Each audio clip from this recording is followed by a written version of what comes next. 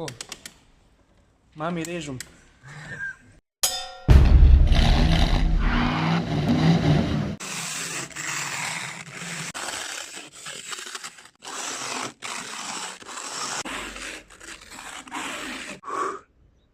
Kar frišen.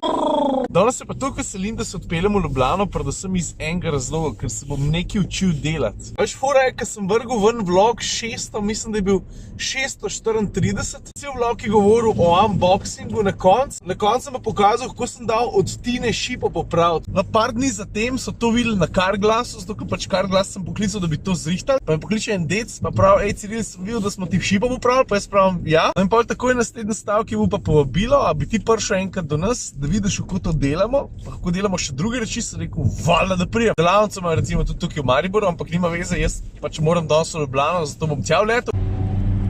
Stari obetice pa gužva, kada smo sredi decembra, ne pa januarja, le to. Ok, jaz sem tukaj, malo je gužva, nič hudega.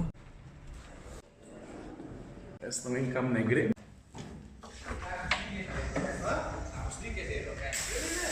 Pa da noč mislil sem sam prišel na suh, sem se prej fejst pozanimal, zato da imam kaj za povedati. No, sam prišel pa sem sam...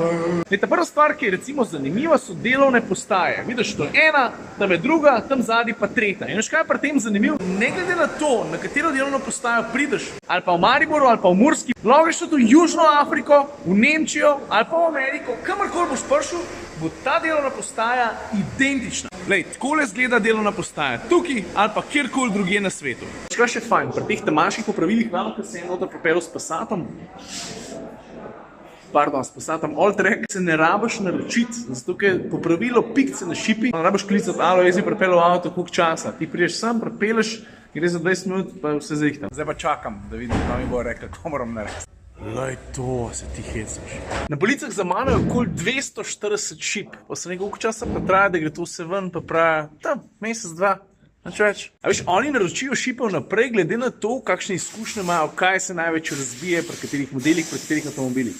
Smart. Veš, kaj pa tole? Na to pa sploh pomislil nisem. Sodobnejši avti so opremljeni s sodobnimi sistemi, tudi s kamerami.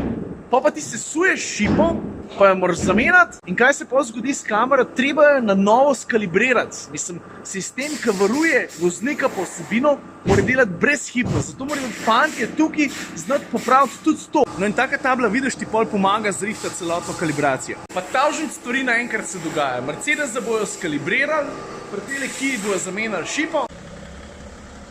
No, tale petka se je pa not prepeljala zato, ker nucajo zamenjati šipo. Ti pokažem, kaj se zgodi.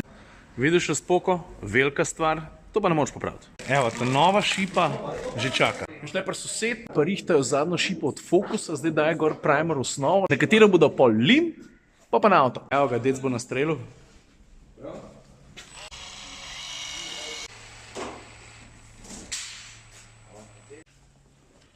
Kata na mamo, ej. Ja, se je že kdaj zgodilo, da nisi dobro gor dal, da smo ga popravljati? A ne?